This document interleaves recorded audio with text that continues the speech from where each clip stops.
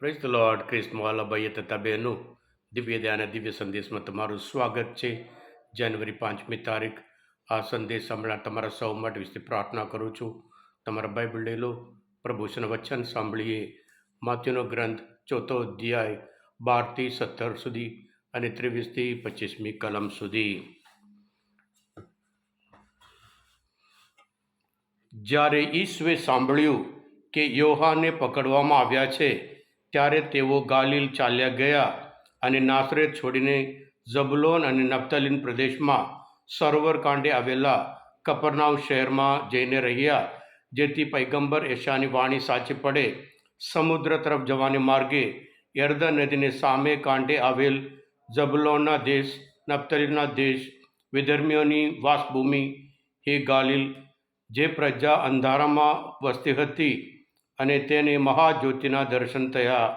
ઘનઘોર તિમિર પ્રદેશમાં વસનારા આગળ પ્રકાશ પ્રગટ્યો. ત્યારથી ઈસુએ ઘોષણા કરવા માંડી કે હૃદય પલટો કરો, કારણ ઈશ્વરનું રાજ્ય આવી પહોંચ્યું છે. ઈસુ યહૂદિયાના સભાગૃહોમાં ઉપદેશ આપતા, ઈશ્વરના રાજ્યનો શુભ સમાચાર ફેલાવતા અને લોકોની બધી જાતની માંદગી અને તેમના રોગો મટાડતા અને ગાલિલ પ્રાંતના ફરવા લાગ્યા. તેમની કીર્તિ આખા સિરિયામાં ફેલાઈ ગઈ અને લોકો માંદાઓને, બધી જાતના રોગીઓને, પીડિતોને, અપદૂત વળગેલાઓને, ફેફરાવાળાઓને અને લકવાવાળાને તેમની પાસે લઈ આવતા અને તેઓ તેમને સાજા કરતા. આ પ્રભુની વાણી છે, તે આપણો આધાર છે. ખ્રિસ્તમાં ભાઈ તબેનો, અત્યાર સુધી આપણે પ્રભુ ઈસુને બેથલેહેમ ગબાનમાં જોયા, યરુશલેમ મંદિરમાં જોયા, મિસર દેશમાં જોયા, નાસરેતમાં જોયા અને હવે પછી પ્રભુ ઈસુને ગાલિલ વિસ્તારમાં જોઈશું. અને પ્રભુ જ્યાં જ્યાં જતા ત્યાં ઈશ્વરના રાજ્યનો સંદેશ ફેલાવતા હતા અને સાથે સાથે માંદાઓને સાજા કરતા. અને ખાસ કરીને કપરનાઉમને કેન્દ્રમાં રાખી એમનું મિનિસ્ટ્રી તેઓ ચાલુ રાખ્યું હતું. કપરનાઉમ એક પ્રખ્યાત જગ્યા હતી, ઘણા બધા લોકો આવતા જતા હતા. એટલે પ્રભુ ઈસુ એ જગ્યા જેથી કરી ઈશ્વરના રાજ્યનો સંદેશ બધાને મળે એટલા માટે એ જગ્યા એમણે પસંદ કર્યો હતું. અને એમના જીવનમાં એટલા માટે પ્રભુ ઈસુ આવ્યા, જે અંધકારમાંથી લોકોને પ્રકાશ તરફ, અજવાળ તરફ લઈ જવા, જે અજ્ઞાનમાંથી જ્ઞાન તરફ લઈ જવા, અસત્યમાંથી સત્ય તરફ લઈ જવા અને પાપમાંથી જીવન તરફ લઈ જવા પ્રભુ ઈસુ આ પૃથ્વી પર આવ્યા હતા.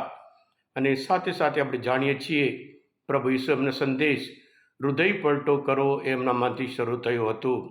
હા ખ્રિસ્તમાં ભાઈ તબેનો, ઈશ્વરના રાજ્યમાં પ્રવેશ કરવા માટે હૃદય પલટો આપણા જીવનમાં એક જરૂરિયાત વસ્તુ છે. ઈશ્વરની ઈચ્છા વિશે હેઝેકિયલના ગ્રંથમાં 33મો અધ્યાયમાં 11મી કલમમાં પ્રભુ કહે છે, તું એમને કહે કે સર્વસત્તાધીશ પ્રભુ, મારા જીવનના કસમ ખાઈને કહું છું, દુષ્ટ માણસ મરી જાય એમાં મને આનંદ આવતો નથી. હું તો ઈચ્છું છું કે દુષ્કૃત્યો કરવાનું છોડી દે અને જીવે.